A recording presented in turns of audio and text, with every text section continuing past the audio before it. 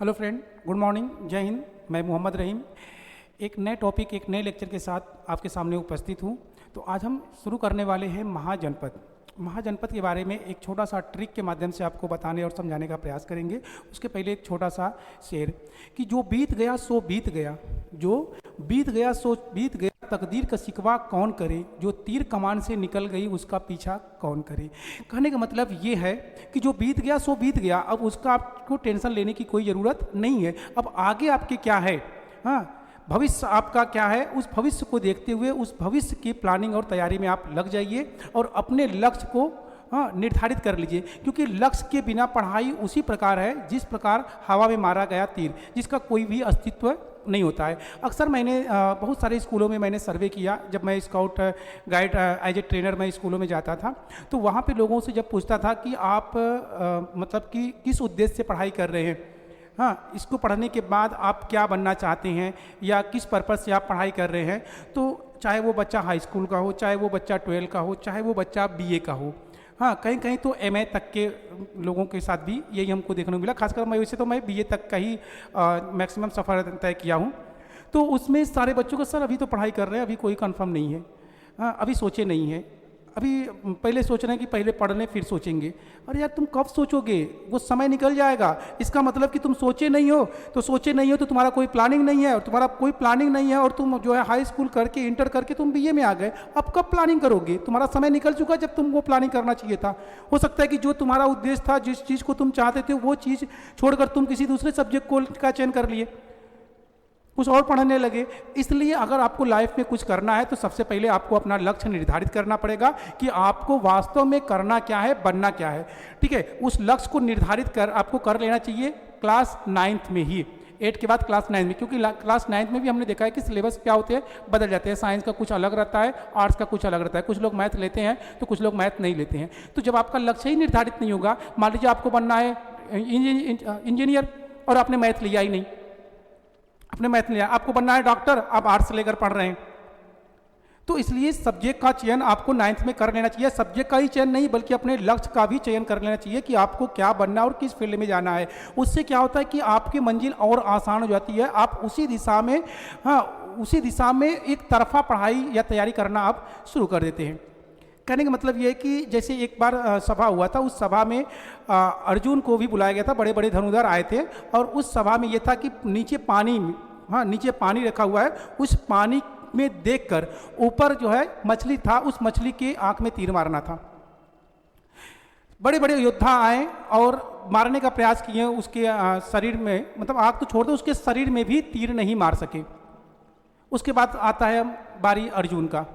अर्जुन ने एक ही बार में, एक ही निशाने में उस मछली के शरीर पे नहीं बल्कि उस मछली के आंख में निशाना मार दिया। जब लोगों ने पूछा कि आपने ये कैसे संभव कर लिया, आपने मछली के शरीर पे नहीं बल्कि मछली के सीधे आंख में तीर कैसे मार लिया, तो उन्होंने कहा कि मेरा जो लक्ष्य था वो मछली नहीं बल्कि मछली का आंख था। क्योंकि मेरा लक्ष्य जो था वो सटीक था। अगर आपका लक्ष्य सटीक होगा तो कोई ताकत आपको आपके लक्ष्य को पाने में रोक नहीं सकता। ठीक है, तो इसलिए पढ़ाई से पहले आप अपने लक्ष्य का निर्धारित कर लीजिए कि आपको करना क्या है, आपको बनना क्या है। उसी हिसाब से आप सिलेबस का चयन करें। कोई भी स्कूल के टीचरों को मैं देखता हूँ, कोई नहीं बताता है, अगर आप गलत सब्जेक्ट का चयन करते हैं, गलत सब्जेक्ट लेते हैं, तो वो आपको नहीं बताएगा कि नहीं बेटा ये तुम मत पढ़ो, इससे तुम्हारा लाइफ खराब हो जाएगा। वो ये भी नहीं पूछेंगे कि बेटा तुम आगे करना क्या चाहते हो, बनना क्या चाहते हो, उसके हिसाब से वो सब्जेक्ट का विभाजन करे या सब्जेक्ट को आपको प्रोवाइड कराए। कुछ भी नहीं कहते, पूछते हैं, कुछ भी थमा देते हैं, कुछ भी देते हैं। कहीं कहीं तो प्रेशर करके कि नहीं तुमको ये सब्जेक्ट लेना ही लेना है। मेरे साथ भी वही हुआ। मैं सोशियोलॉजी नहीं लेना चाहता था, मगर वहाँ पे डिग्री कॉलेज वालों ने मुझे ज़बरदस्ती सोशियोलॉजी दे दिया, क्योंकि बोले कि हिंदी का सीट फुल हो चुका है, हिंदी नहीं मिलेगा। मुझे मजबूरन में जो है कि सोशियोलॉजी लेकर पढ़ना पड़ा। मेरा नंबर भी कम आया और उसका मेरा कोई काम भी मुझे उसका नहीं रहा। और आज तक मैं उस चीज़ को झेल रहा हूँ। मैं चाह कर भी जो है TGT PGT का एग्ज़ाम नहीं दे पाता हूँ, क्योंकि मेरा सब्जेक्ट कम्बिनेशन सही नहीं है। ठीक है, तो इस तरह की गलतियां आप ना करें। सब्जेक्ट का चयन करने से पहले एक बार राय विचार कर लीजिए। आपको टीचर सही तरीके का राय नहीं दे रहे हैं तो आप किसी अपने पास पड़ोस के जो ज़्यादा पढ़े लिखे लोग हैं उनसे बात करिए। टीचरों को यह है कि हर क्लास में बच्चे होना चाहिए। जिस क्लास में बच्चे नहीं कम रहते हैं, एडमिशन लेते हैं, उस सब्जेक्ट को जो टीचर या प्रोफेसर होते हैं वो ज़बरदस्ती बच्चों को सौंप देते हैं। तो इस तरह की आप गलतियां ना करें। अगर आपको लाइफ में वास्तव में कुछ करना है तो अपने लक्ष्य को आप क्लास नाइन्थ में नहीं कर पाए तो क्लास 11 में तो जरूर ही कर लीजिए अपने लक्ष्य को निर्धारित। ठीक है, बहुत सारे बच्चे हैं जो बिना मैथ की पढ़ाई करते हैं, यानी कि वो मैथ का सब्जेक्ट नहीं लिए है और वो पढ़ाई करते जा रहे हैं। मैक्सिमम ऐसा हम लड़कियों में देखते हैं। क्यों बेटा, क्यों नहीं ली? सर मेरा मैथ वीक है इसलिए मैं। यार तुम वीक है तो तुम पढ़ क्यों रही हो? पढ़ो ही मत ना, बिना मैथ का तुम करोगी क्या लाइफ में? नौकरी करना है, हाँ करना है, नौकरी करना है और तुम मैथ नहीं पढ़ रही हो। कोई ऐसा एग्जाम बताओ जिसमें मैथ ना पूछा जाए। चपरासी का एग्जाम होता है उसमें भी मैथ पूछेगा। तो अभी तुम 9th है, अभी तुम्हारा बेसिक है, अभी तुमको समझने का उम्र है, समझने का समय है, तुम्हारा माइंड भी अभी जो है कि उसको कैच कर लेगा, ऑब्जर्व कर लेगा। जब अभी तुम नहीं पढ़ पा रही हो तो तुम इंटर के बाद जब बीए में जाओगी या बीए के बाद जब कंपटीशन में आओगी उस समय तो तुम और भागोगी, मैथ से नहीं पढ़ पाओगी। तो जो भी कठिनाइयां, जो भी समस्याएं वो अभी झेल लो, बाद में आप झेल नहीं पाएंगे। बाद में आपको शर्म आएगा, लोगों के साथ बैठने में भी शर्म आएगा। लोगों को बताओगी जब आपके सामने आपसे छोटा सा बच्चा जब सवाल को सॉल्व कर देगा तो आपको बड़ी गिल्टी फील होगा। तो अगर मैथ आपको नहीं पढ़ना है, बोरियस लग रहा है, तो आप पढ़ाई छोड़ दीजिए फिर ना, या फिर आप ये पढ़ाई करिए मगर ये मन बना लीजिए कि आपको गवर्नमेंट जॉब नहीं करना है, बस केवल अपने रेपुटेशन के लिए, घर वालों के प्रेशर में और समाज में अपना एक सही रिस्पेक्ट रहे, सही इज्जत बना रहे, इसकी वजह से आप पढ़ाई कर रही हैं या कर रही हैं। ठीक है, तो खैर चलिए आइए स्टार्ट करते हैं महाजनपद।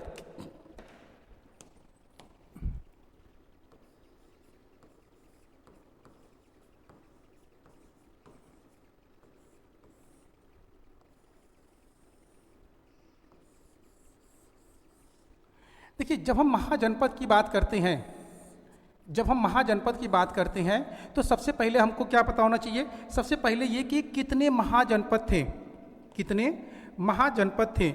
तो उस समय कुल 16 महाजनपद थे। कितने महाजनपद थे? 16 महाजनपद थे। इस बात का उल्लेख हमको कहाँ से मिलता है?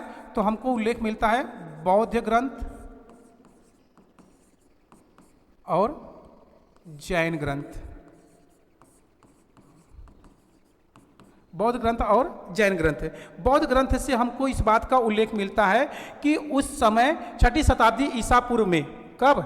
6ठी शताब्दी ईसा पूर्व में हमारा भारत 16 महाजनपदों में बटा हुआ था। इसका सबसे अच्छा जो उदाहरण या एग्जाम्पल हमको देखने को मिलता है वो है अंगुत्तर निकाय। अंगुत्तर निकाय, निकाय। और दूसरा अगर हम देखें तो दूसरा हमको देखने को मिलता है महावस्तु। क्या देखने को मिलता है? महावस्तु।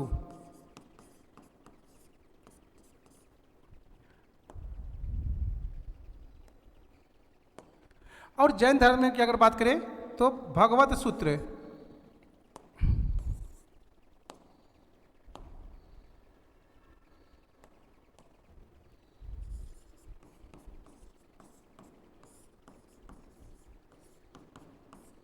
ठीक है, यहां से हमको 16 महाजनपदों के बारे में उल्लेख देखने को मिलता है, जानकारी देखने को मिलता है। इन 16 महाजनपदों में जो सबसे शक्तिशाली, सबसे ताकतवर महाजनपद था वो था मगध।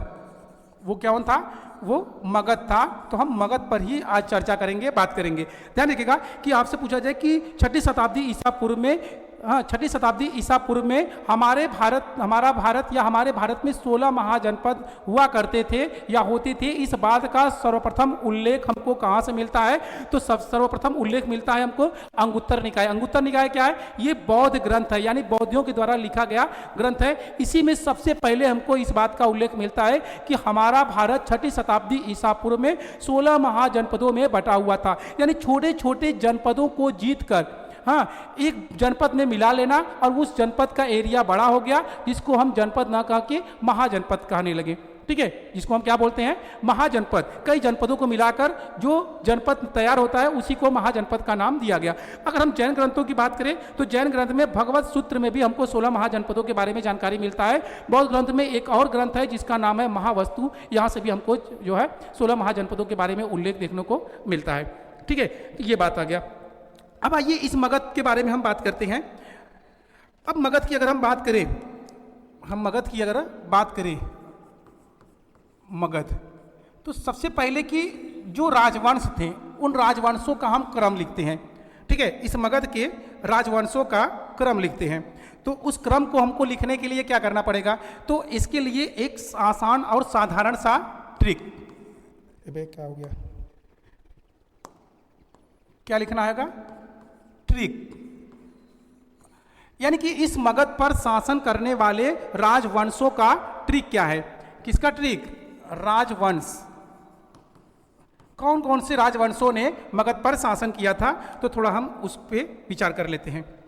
चलिए अब हम ट्रिक के तौर पे देखेंगे क्या, हसीन,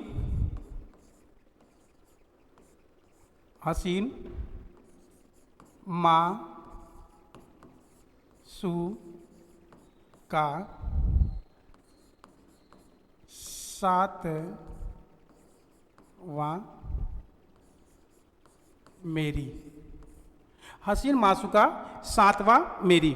ठीक है, अब ये हसीन मासुका सातवां मेरी से क्या है, ये है कि मगध पर शासन करने वाले राजवंशों का सही क्रम क्या है, क्रम से जो शासन हुए थे, ठीक है, उनका क्रम आपको याद रखना है। ठीक है, तो इनका क्रम जो है आप याद करने के लिए इस शब्द को याद रखेंगे, हसीन मासुका सातवां मेरी, क्योंकि एकाक मासुका से काम तो चल नहीं पा रहा है, तो इसलिए मासुका की संख्या कितनी हो गई है, 7 हो गई है। तो सातवां, हसीन मासुका सातवां मेरी, यानी कि जितने भी हमारी हसीन मासुकाएं थी, उन मासुकाओं में जो सातवां मासुका है वो सबसे ज़्यादा हसीन है, सबसे ज़्यादा खूबसूरत है। चलिए देखते हैं इन हसीनाओं का क्या हाल है। चलिए अब हम ह से लिखेंगे क्या, हर्यक, ह से लिखेंगे क्या हम, हर्यक वंश, ये क्या है, हर्यक वंश। सी से क्या है हमारा, सी से है शिशुनाग वंश, सी से है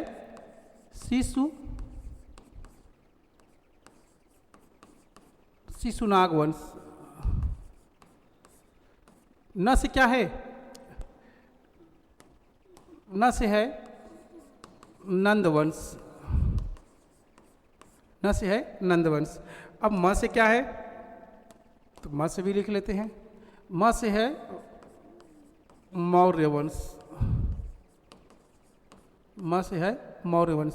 सु से क्या है, क्या बोल रहे हैं, शिशुनाग वंश, शिशुनाग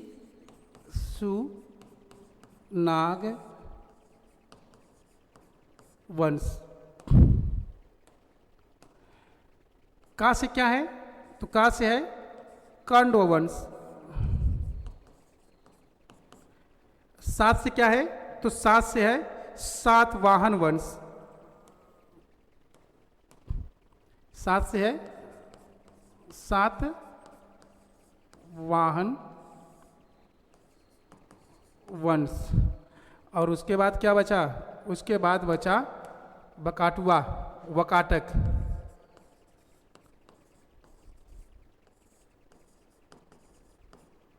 वकाटक वंश, ध्यान दीजिएगा, ये शुरुआती मगध के मुख्य हैं, शुरुआती ये मगध के मुख्य हैं। ठीक है, इन्हीं चारों को मैक्सिमम एग्जाम में पूछता है कि इनका क्रम से या व्यवस्थित तरीके से आप लिखिए कि मगध पर शासन करने वाले राजवंशों का सही क्रम क्या है, तो उनमें ज़्यादातर ऑप्शन देते हैं यही चार, हर्यक, शिशुनाग, नंद और मौर्य वंश। उसके बाद ये जो चारों आप देख रहे हैं ये उत्तर मौर्यन काल है, यानी कि मौर्य काल के बाद का ये शासन चलता है, मौर्यों के पतन के बाद। ठीक है, मौर्यों के पतन के बाद जो आते हैं वो कौन आते हैं, वो यही आते हैं।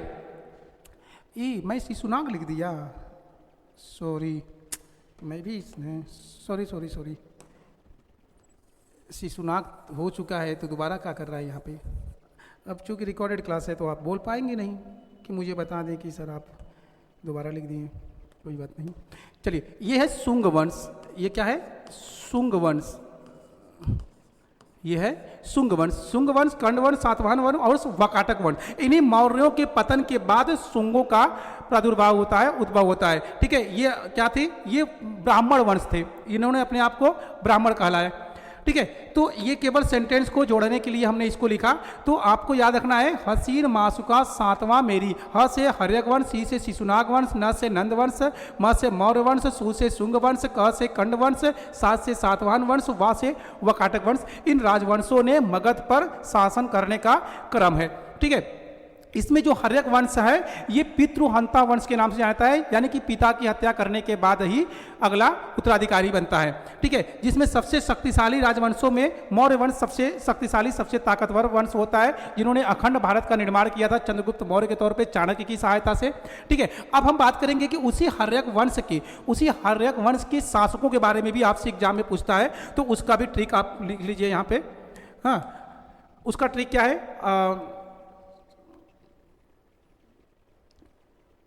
चलो दूसरे पेज पे लेते हैं, पहले इसको लिख लीजिए, इस पे आ नहीं पाएगा, पेज बदलना पड़ेगा।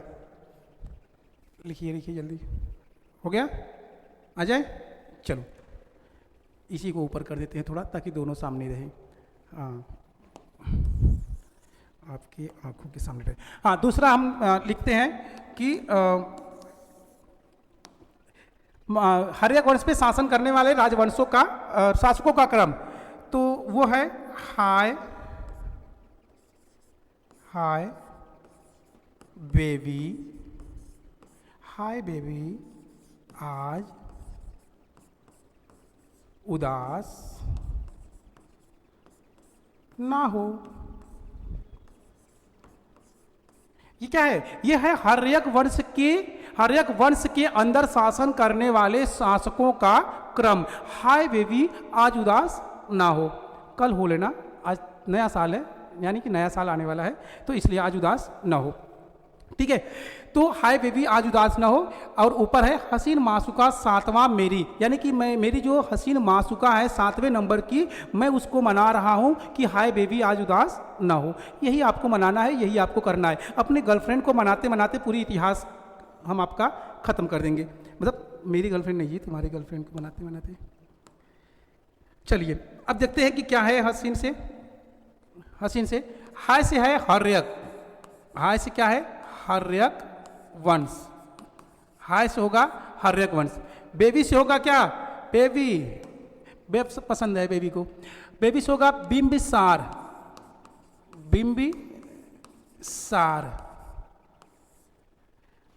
बिंबिसार के बाद आ जाएगी कौन? अजात शत्रु।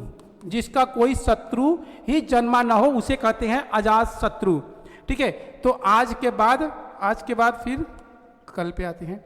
आज के बाद उदास से है उदयन कौन है? यही उदयन है जिन्होंने पाटलिपुत्र की स्थापना की थी। पाटलिपुत्र का संस्थापक कौन है? उदयन। ठीक है, और उसी पाटलिपुत्र को शेरशाह सूरी ने पटना में कन्वर्ट कर दिया, तो पटना का संस्थापक कौन है? शेरशाह सूरी। अच्छा, उसके बाद है अंतिम कौन? नागदशक